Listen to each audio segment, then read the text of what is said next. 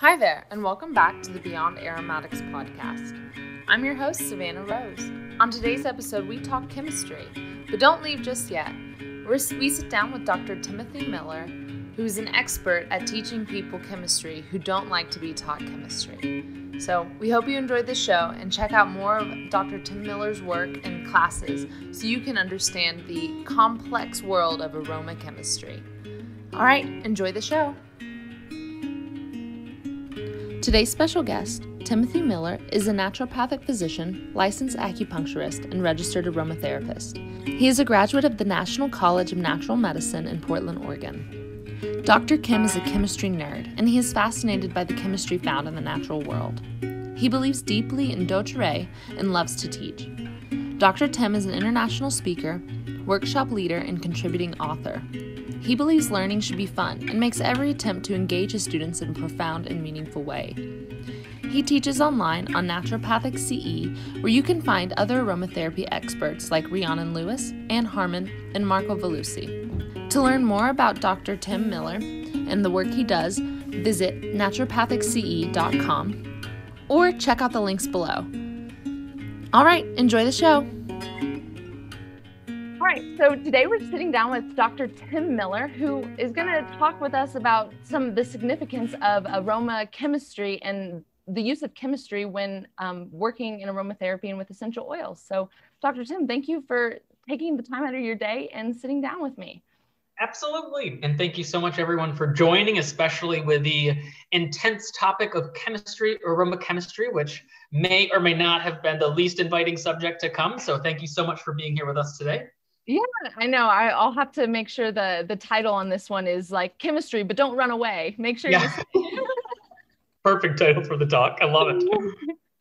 And so, kind of getting a little bit look at your history and seeing how you created your whole, I want to say your whole coursework. And if you don't know, Dr. Tim, I got the luxury of meeting you 2 years ago at the conference for my first aroma chemistry course with you. And I won't lie, the thought of chemistry, I was like, I'm going to tune out. And then you got on stage and your like charisma and your passion took over. And I was like, holy cow, I'm learning chemistry. And I didn't know it could be done so easily. So kind of getting into that, I wanted to figure out where you started with this. Was it aromatherapy? Was it chemistry? Or what brought you to this point? Oh my gosh, that's such a great question. So for me, it started with chemistry, actually in high school when most of my classmates weren't really enjoying the topic. I was loving it. I was like, ooh, like my brain just got it. And, I even remember this one time in class. Okay. Like I've always been a good student, but, maybe not like the top student. And there was this like really kind of not even hard question, but there was this question that everyone was getting stumped by. And Katie Kawa, okay, the #1 student in our class, #1 student forever. She was sitting in front of me and it was like stumping her. And I knew the answer immediately. And I was like, Katie, like, wait, this is an easy question. Why isn't anyone like jumping out of their chair and walking into the front of the room to like show the teacher? And I was like, Katie, isn't it that, I was talking to her class like a naughty boy. And I was like, wasn't it this? And she's like, no, I don't think so. And I was like, wait a minute, this has to be it. This has to be it. So I jumped up out of my chair like 2 seconds after he gave the question, went to the teacher, where he would like check off your paper in your notebook or whatever. And he's like, oop, you got it. And I was like, yes, smarter than the smartest girl in my class. Awesome. So it was like, from there, my love of chemistry was born. It just made me feel like so smart. And, so kind of that led to that. And I learned that I had a knack for breaking it down. Chemistry shuts down people's brains for whatever the reason. And from there, I just kind of learned quickly, like, I get it. And I can explain it in a way where other people get it too. And that's like one of my, gifts. Like, and that's something that if this is one of my gifts, like I'm going to really learn how to cultivate this gift and share this gift. And so that kind of segued into that. And I did that, by tutoring. I did it through mentoring. I did it through being a teacher's assistant, throughout high school and through college. I also minored in chemistry. I really enjoyed it. And sometime in college, I learned I was getting more into like natural medicines, and I was learning about essential oils. And I was learning that like all the unique chemistry of essential oils. And I was like, yes, this is going to be the thing that like I get really good at, because not only do they smell amazing, you know, not only are they like this beautifully fragrant thing, not only are they potent medicine, but also like the chemistry is so rich and abundant and unique, and I can bring all of my passions together and really, you know, explore it. So my foot in the door to aromatherapy started in part with my love of chemistry. Yeah.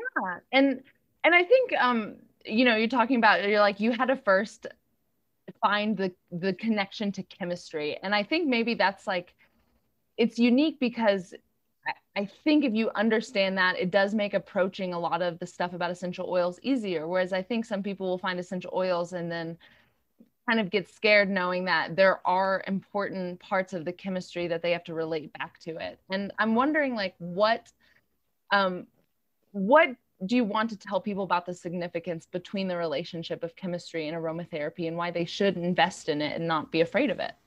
Oh my gosh. Well, I think, you know, not to sound funny or not to sound whatever, but chemistry is everything. You know, chemistry is the reason why we can even smell essential oils. You know, it's because of the chemical nature, the size of those molecules, you know, the bonds that they have. So it's like literally the reason that we can even smell an essential oil versus, you know, the table that I've got my computer on, I can't smell that. You know, why can't I? It's because of the chemistry. You know, to the therapeutic properties, you know, the reason that essential oils work the way they do or have their unique therapeutic properties is all because of the chemistry. And so the more we can understand the chemistry, the more we can understand how and why essential oils act the way that they do.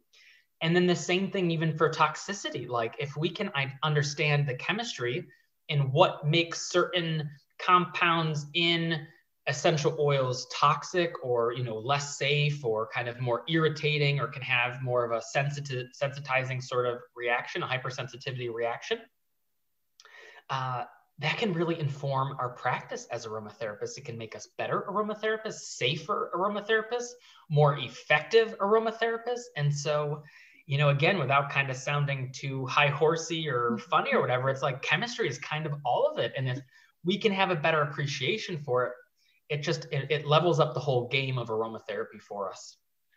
So your chemistry is everything. And so like a little intimidated, I'm like, oh my gosh, I really have to know my chemistry to know the importance and the significance and make it safe and effective. I want to know, if somebody was just picking it up for the very first time, where do you start? Like, what is the starting point? What is the foundation of the chemistry of essential oils? Oh my gosh, that's such a great question. I feel like, well, I feel like you hit the nail on the head there, and I feel like this is a great segue or a great place to mention. You know, we all have different things that we gravitate towards, you know, including in aromatherapy. Some of us will gravitate more towards chemistry. Others of us will gravitate more towards, you know, the perfumery aspect or fragrance aspect. Other of us are going to be, you know, for our massage practice, we want to, you know, incorporate these beautiful blends. And just know that, you know, we don't all have to be masters and experts of everything. And just because we may not love chemistry, and just because, you know, we may not know all of the different things and bonds and molecules and atoms and who knows what else, like, that doesn't make us any less of an aromatherapist, and it doesn't make us any less of an enjoyer of essential oils. So let's kick any of that self-doubt or shame straight out the door, and let's enjoy all the things that we have, you know, in our disposal. And also, if you are new to chemistry, or new to aromatherapy, or new to aromatherapy chemistry, you know, where do we start? And I think for me, I like to have a practical approach. You know, what are the things that I absolutely need to know first and foremost so that I do no harm? Mm-hmm. In naturopathic medicine, you know, one of the 6 tenets of naturopathic medicine is primum non nocere. First, do no harm. And fortunately, with essential oils as it stands, we've got a lot of leeway. You know, like essential oils, general rule of thumb, they're pretty darn safe. You know, we're probably not going to do too much harm to people, which, you know, gives us fortunately a lot of leeway. But really being practical about it. What are the oils that I need to know that are toxic? Why are they toxic? What are some of the safety considerations? And, you know, what are some of the oils that maybe are more likely to have a sensitivity reaction in someone, stuff like that. And so, or cause photosensitivity, phototoxicity.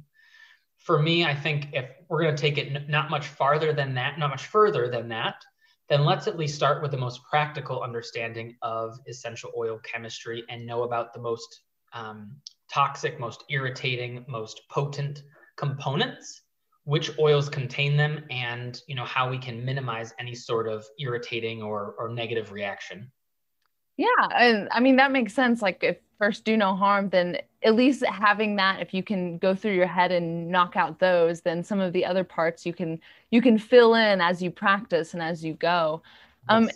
And just like investing, like do you go through memorization patterns, or is it something that, there are rules of thumb, or like when you're teaching it, what are ways that you've taught or ways that you've learned that are effective ways of teaching it? And maybe that helps people understand it, effective ways of learning it as well. Mm-hmm.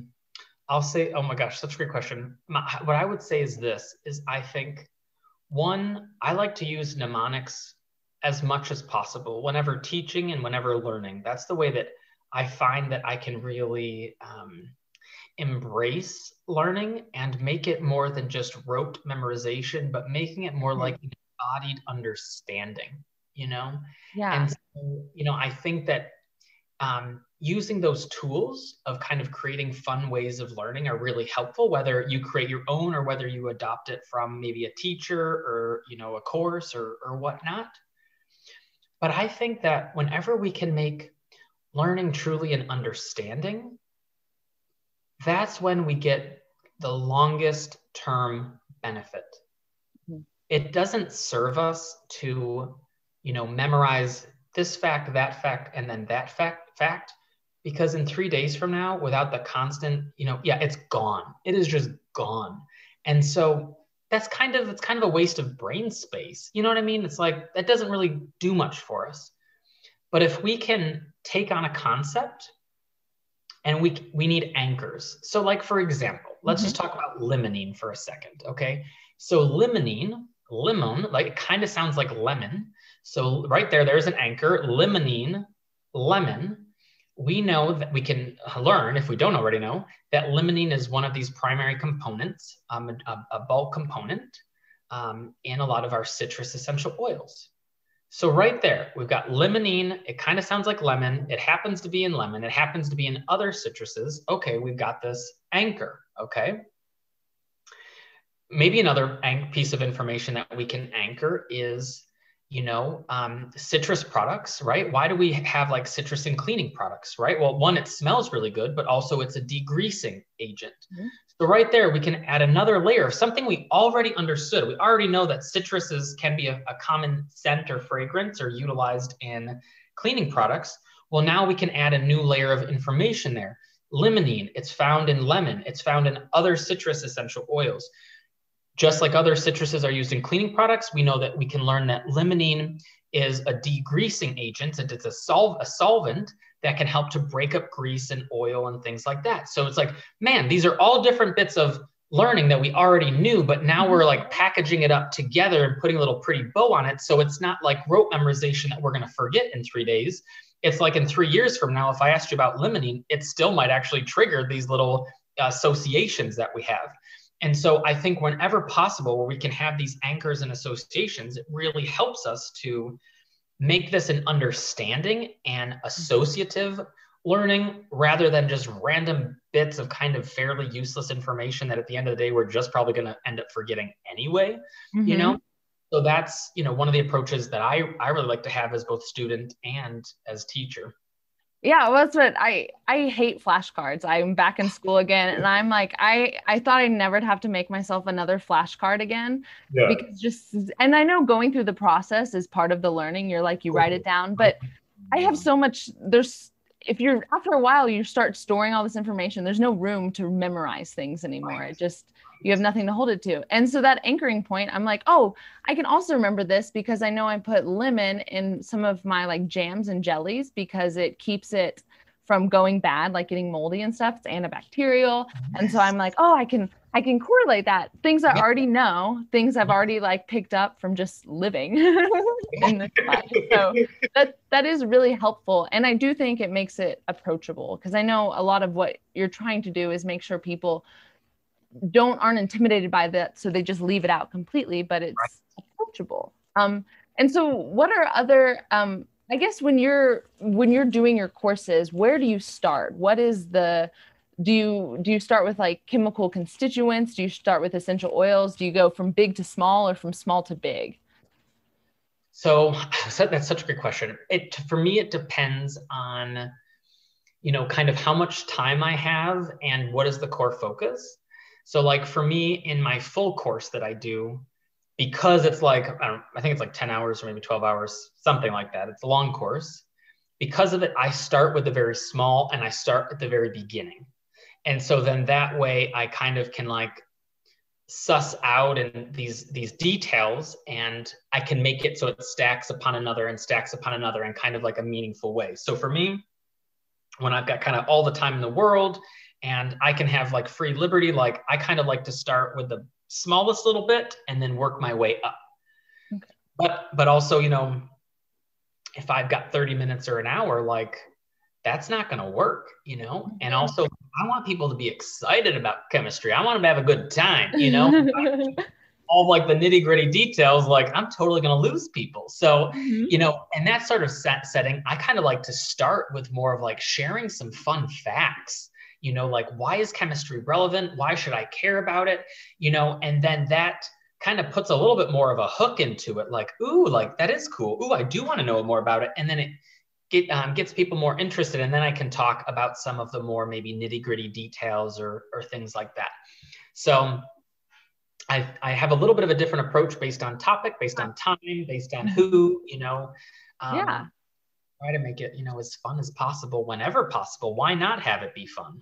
Well, yeah. And I think that goes a long way for making it approachable. If somebody's like, I have to start at the very, very basics, all the way back to like chemistry 101 from college, it might be like kind of like tedious and exhausting. You're looking down this long road of like, I have to know all of these like different molecules, how to name them, what constituents make up each part of them. And you're like, oh God, it might just close the book and you walk away.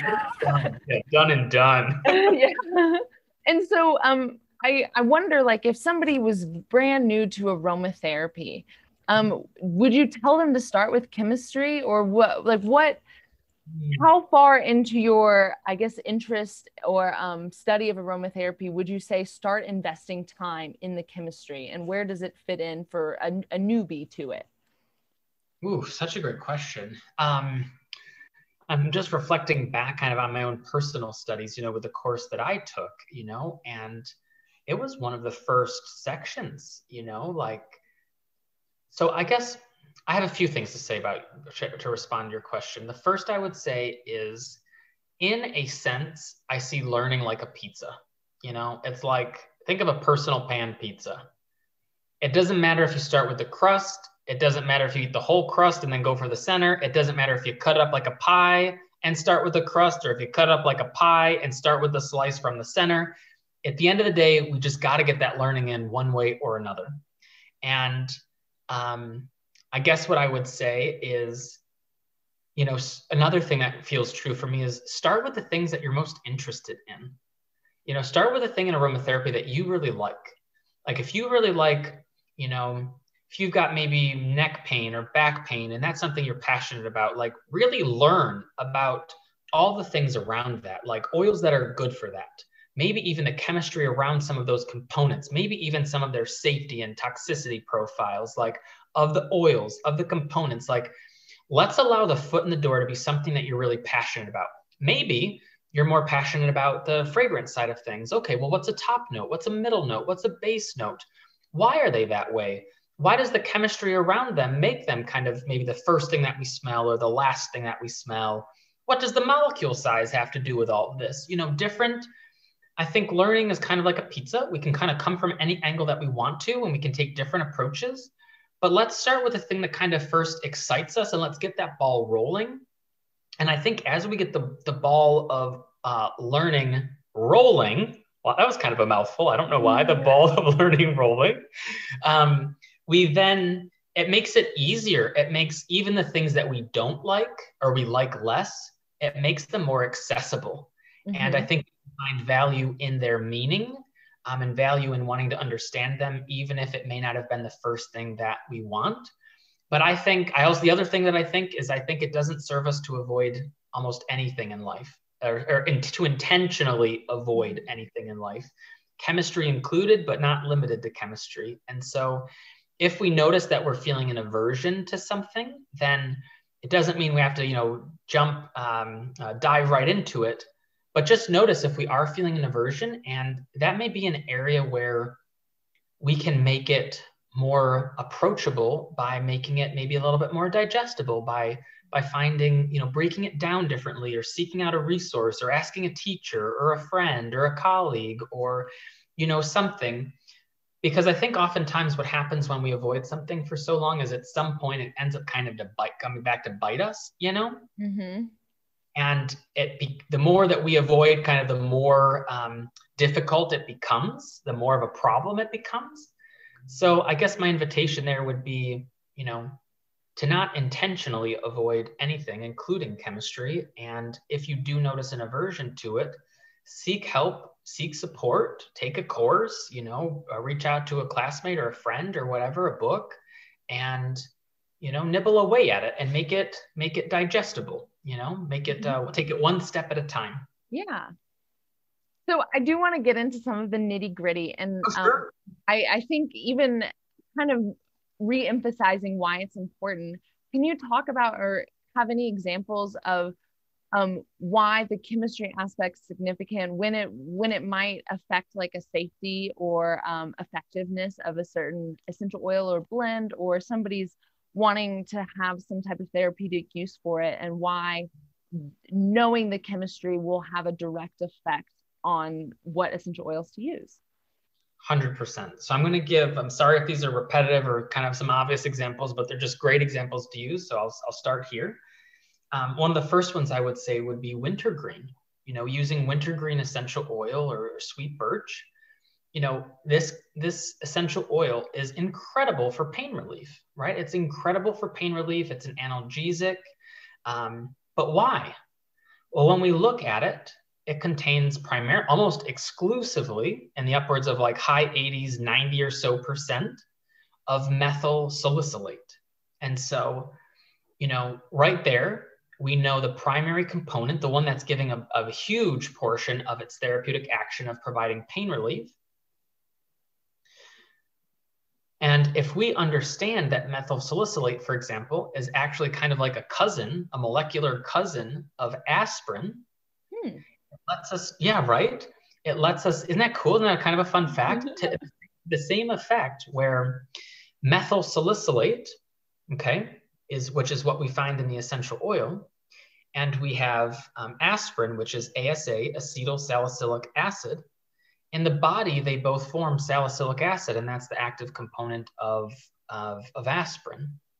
And so, what we see is effectively, when we're using wintergreen essential oil, effectively we're giving a person aspirin. Like literally, it's molecular. That's what it becomes. Same thing in the body through biotransformation.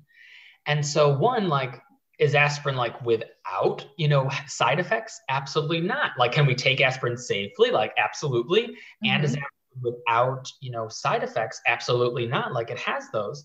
Can people be allergic to aspirin? Absolutely. If someone's allergic to aspirin, are they also allergic to wintergreen or methyl salicylate? Absolutely, they are. And so by uncovering, the chemistry and understanding kind of why is it being helpful? Well, it's being helpful because it is an analgesic. It is an anti-inflammatory agent in the case of methyl salicylate. Also, we uncover more of its toxicity. We know that just like aspirin is toxic, so too can wintergreen be. And if someone has an aspirin allergy, they also are going to be allergic to wintergreen. So we shouldn't be using wintergreen even topically with someone with an aspirin sensitivity or aspirin allergy. So, that sense because kids too, I mean, sensitive to aspirin, they're sensitive to wintergreen. And so when you make that connection in your head, and you can be like, that's why. Yes.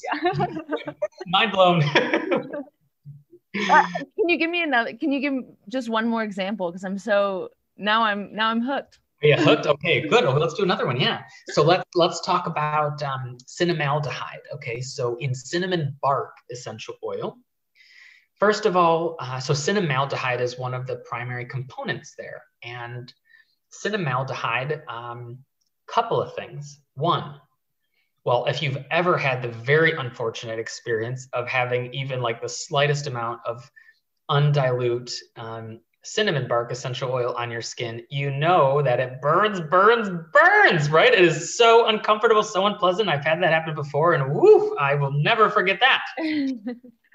So, that's kind of one thing. And also, kind of like that crazy challenge that people do where they like bulk.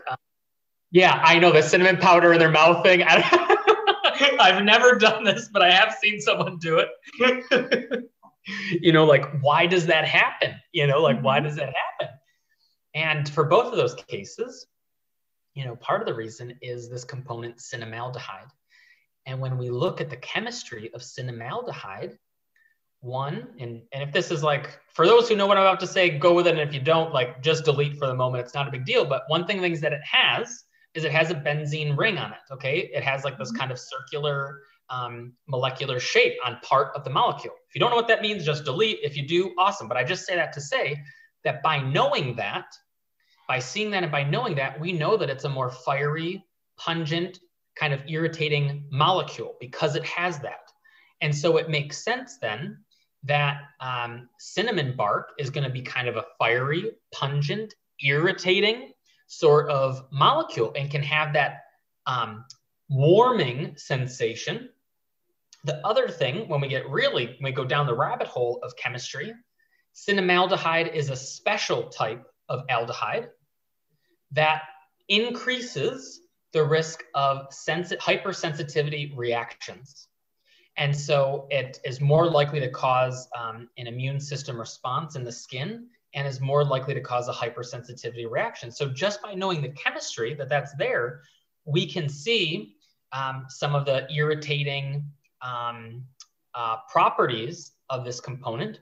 And also, because of this molecule, we can see that cinnamon bark essential oil is a phenomenal antimicrobial agent. It can kill stuff like crazy. It's so good at that, and also makes sense why in small amounts, it can be supportive to the digestive tract because it's warming, and if we look in like naturopathic medicine or Chinese medicine, sometimes problems with digestion is because there's not enough heat in our digestive tract, and something like cinnamon bark can help bring heat back to the intestines to help, again, in small amounts. We're not talking like drops of the oil, that would be crazy, but we're talking about small amounts. It helps bring heat back there and helps to rekindle those digestive juices. So that is another, I'm trying to think if there's anything else I want to say around that. I don't think so. That's another one. Well, I guess one more thing we can say there is looking at cinnamon bark. Cinnamon bark essential oil, why does it smell so different, from cinnamon leaf? And, again, they're both coming from the same plant. However, with the leaf, we're not getting cinnamaldehyde. It's more similar in composition to clove bud. It has more eugenol than it does cinnamaldehyde. And so if you've ever smelled cinnamon leaf versus cinnamon bark, they smell completely different. Why do they smell different? Because of the chemistry. And why does cinnamon leaf smell more closely to clove bud essential oil? Again, because of the chemistry. So these influence fragrance, they influence safety, toxicity, all the things. Their therapeutic properties.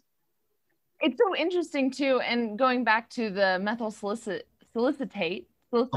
Yeah, methyl salicylate. I know it's a mouthful. Salicylate.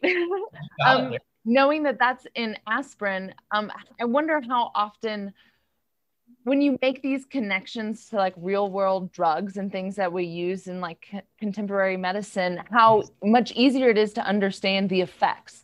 And so if you know that these chemicals are in this essential oil and also in aspirin, you can kind of start to understand the potential effects of the essential oils, and like, how often does that come up, and how does that affect our research and the research we can do and the research that, we can verify? Absolutely. And the one thing there, though, that I just want to clarify is methyl salicylate itself is not found in aspirin. I just want to clarify this, just to clean it up real quick. Yeah. But aspirin and methyl salicylate, so aspirin, the drug, and methyl salicylate, when the body metabolizes them, they both become the same exact thing in the body. And that is the active component, whether you're taking wintergreen essential oil or whether you're taking aspirin. The net result is in the body converts them to become the same thing. And that is the thing that does the therapeutic action of what we know as aspirin to do.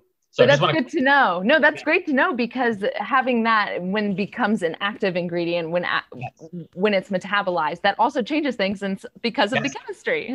Totally. Yeah, totally. And yeah, I think, so a couple of things here, one, there's increasing research around how can we use components from essential oils either standalone or with non-natural medicines, pharmaceuticals, so that we can have a sort of synergistic effect. And that we're seeing, more and more with research. Like, how does the essential oil alone do? How does the drug by itself do? And how do they do together? Is there some sort of synergistic effect? We especially see this in a lot of like antimicrobial, antifungal, kind of studies. How do they work together versus independently? And more often than not, there's a synergistic effect that happens there. We can see a lot of these parallels, kind of like you mentioned. And also, there are the chemistry of pharmaceutical drugs. They're much larger, much bigger, at many times more complex molecules than kind of the simple nature of our essential oil components. So we do sometimes see that there is an overlap, or that there are similar byproducts or similar, metabolic byproducts in the body. And also there are times where they are completely separate, because the chemistry of essential oils is often very small, very simpler. Whereas when we're looking at more of our pharmaceuticals, more often than not, they tend to be kind of larger, more complex, with a lot of things going on that make them so uniquely different from our essential oil friends. Yeah. And I guess I know that comes up a lot, because every time we talk about the drugs that we have now, we do talk about how they're originated from plants, or constituents of it from plants. And then we can say, well, we also have these other like we pulled out the essential oils from the plants, and what changes about it? Did we pull out the constituents that we needed to address the issues that I think it is super fascinating, and I see why it's overwhelming, because one of the things is, like, every time you have a new plant, the chemicals could be different in it depending on where it was grown, what region, which soil and stuff. So when you're blending, or when you're thinking about formulating something to address certain issues, do you try to get all of the chemical reports of that essential oil, or how do you negotiate these different factors when formulating? Ooh, I love your questions. Yeah, I find that whenever available, I love to look at like the chemical reports. I guess I'll start with this. It depends on what I'm blending for. If I'm blending therapeutically versus like if I'm blending like for fragrance or something, then I tend to like to have my eyes on what a GCMS report might be, or what the different components are, just so I can have a better gauge of that particular oil for this particular blend, because there can be, like you say, such a significant natural variation in the oils. And yeah, whenever possible, I like to do that whenever I'm blending therapeutically, just to kind of make sure that all my ducks are in a row, and I'm not giving, too high of this amount or too little of that amount if that's what I want to go for. And at other times, if I'm blending like for fragrance, then we're just going to do whatever smells right for the nose. Right. And I think that kind of balances out some of the different aspects of aromatherapy in general. Like, it doesn't always have to go through this very scientific, very like structured route when you don't have those, when you don't need those aspects from it, when you can look at it more artistically and I guess what's the word, just like in intuitively. I think that's the word I was looking for. Yeah, totally. That word was coming up for me as well when you were saying that. And I think there's almost at times a fear of aromatherapists of learning the chemistry because of maybe this fear of like becoming then rigid about the chemistry. And maybe it doesn't need to be like that. Maybe we can have kind of like a both and situation. Maybe we can, you know, trust our intuitive hits around which oils to use, and also back it up kind of maybe logically with, you know, oh, I'm choosing to use Thymol. I feel like that's going to be like a really good incorporated oil right now. Oh, and okay. Oh, yeah, that makes sense because Thymol is a really potent, you know, respiratory support agent. It's really great at antimicrobial activity. Thyme has been traditionally used for the lungs. Yeah, okay, that makes sense why I'm kind of like getting this intuitive hit around, you know, using it, rather than, you know, and if maybe, you know, then eucalyptus comes to mind, or maybe, oh, I don't know why I'm thinking to use, you know, I don't know, who knows what, lemon, but lemon seems right now, you know, kind of like allowing the creative process to be maintained, allowing the intuitive process to be maintained, and also having an understanding of the science, having an understanding of the chemistry to just kind of help affirm the choices that we're making. It doesn't have to look like, it can, but doesn't have to look like, you know, I'm going to multiply this number times this number of things to get this percentage of that and this number of, you know, milligrams of this and all that. Like, it doesn't have to be like that. You know, it can, and every, you know, different flavor, different strokes for different folks and different things work, but it doesn't have to be like that. And even if you learn chemistry, it doesn't have to be like that either. And either way, whether it's a more of a creative process or more of a mathematical process, I think that there's tremendous value in learning and understanding the chemistry. So, you know, you don't have to give up your artist for the chemist. You can be both. Cake and eat it too. That's the kind of, especially if it's lemon chiffon cake. I love that one. So I guess that really takes me back to, you have a bunch of different courses, and I kind of want you to walk through some of the different options you have and maybe let people at different levels know what options they have to learn from you, and what else, like what next level they can get to make them better aroma chemists. Oh my gosh. Well, you're so sweet. Thank you for asking and bringing this up. So I teach almost exclusively on naturopathic.ce.com. I'm sure Sav will have a little link or something there, a little picture for you to pull up. But basically, I would say wherever you're at, I have a totally free course that's online. And it's called Aroma-Chemistry, Why Should We Learn It Anyway? And if you go to the Naturopathic CE website, you go to the course catalog, just look up my name, and then you'll see all of my courses, including that one. It's now offered in Spanish, Portuguese, English. You know, there's all the, so wherever you are, you can hopefully learn from languages. And yeah, just register. You know, you'll get more familiar with my teaching style. I share a couple of fun facts in there. You know, there's a handout, PDF notes, you know, stuff like that. And that's just totally for free. You can just kind of see, we can do the dance, and you can see if it's a dance that you want to continue to do.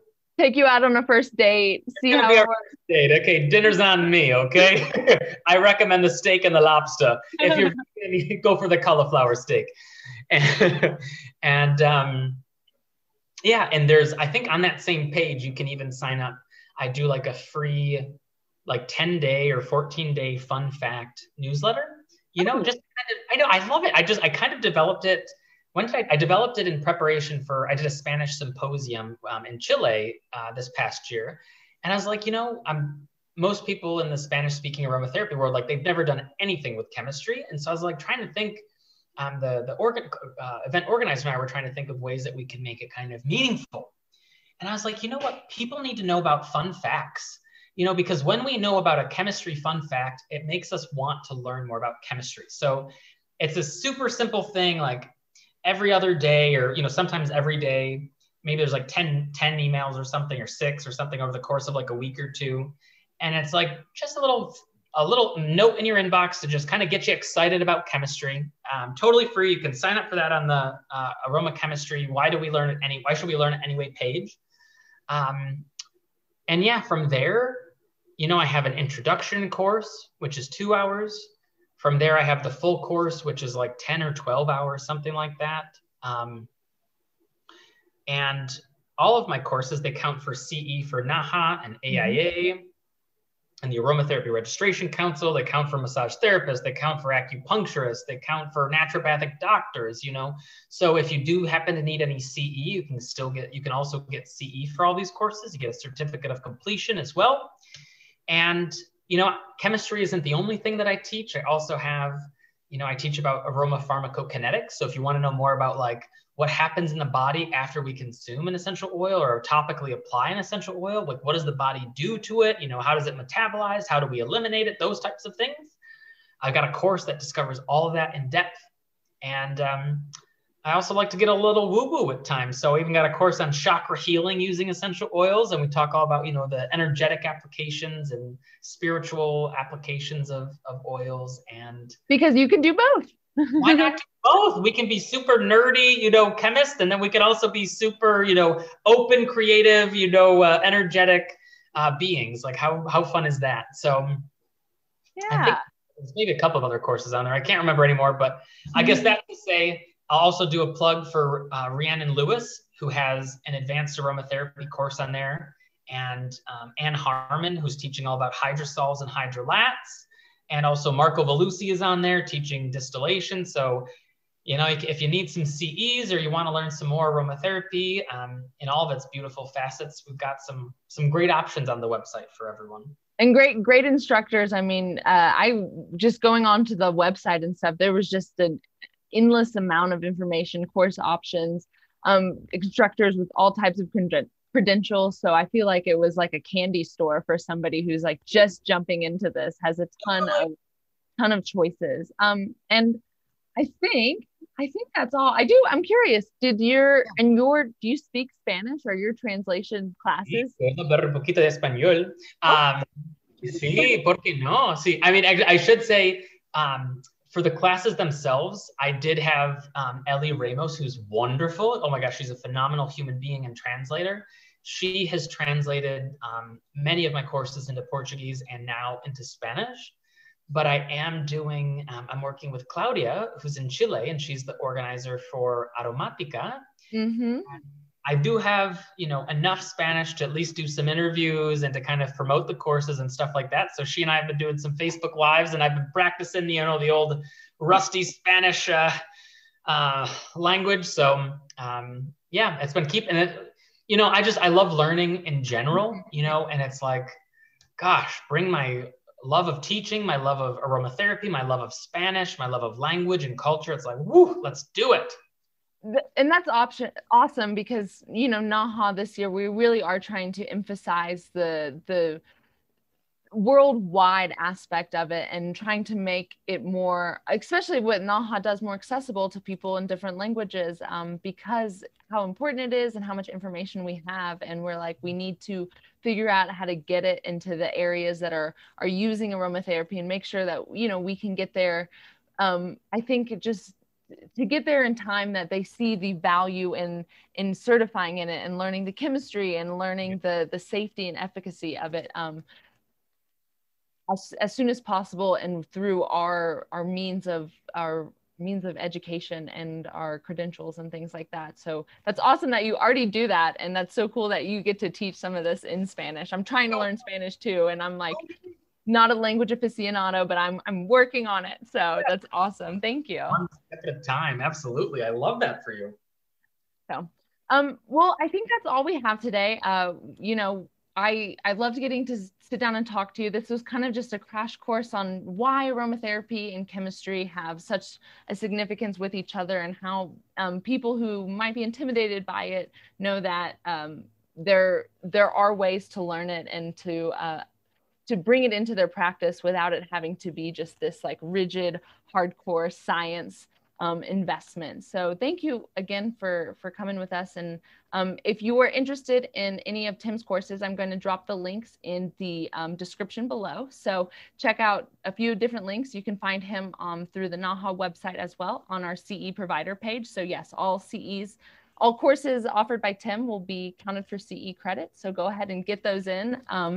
And yeah, thanks, Tim. And anything else you want to leave with us? The social media posts or social media, your handles or anything so people can follow you and keep up? Oh, yeah. Oh my gosh, I'm so bad at this. I think my Facebook is Dr. Timothy Miller. And then I don't know, you can find me on Twitter and Instagram. I think I'm Dr. Timothy M. Miller on one of them. And then I think I'm Timothy Miller ND on another. I try to have them all be consistent, but of course all the names are taken. But yeah, come to me on Facebook or whatever. And I just want to say thanks to everyone for your time today. And I hope that you get to experience the joy of learning chemistry. I hope you have fun with it and take it in whatever stride is fun for you. And yeah, make the most out of it. Awesome. All right. Thanks, everybody.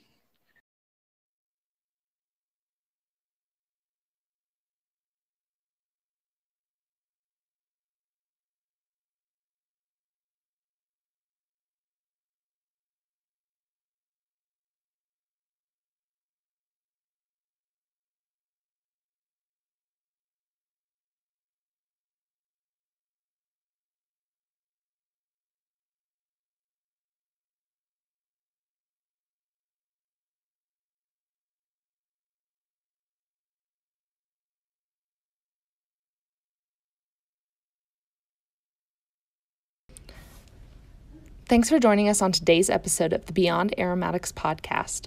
To learn more about NAHA and all the things we do, check out our website at naha.org or follow us on social media on Facebook at Aromatherapy Community or on Instagram at Beyond Aromatics.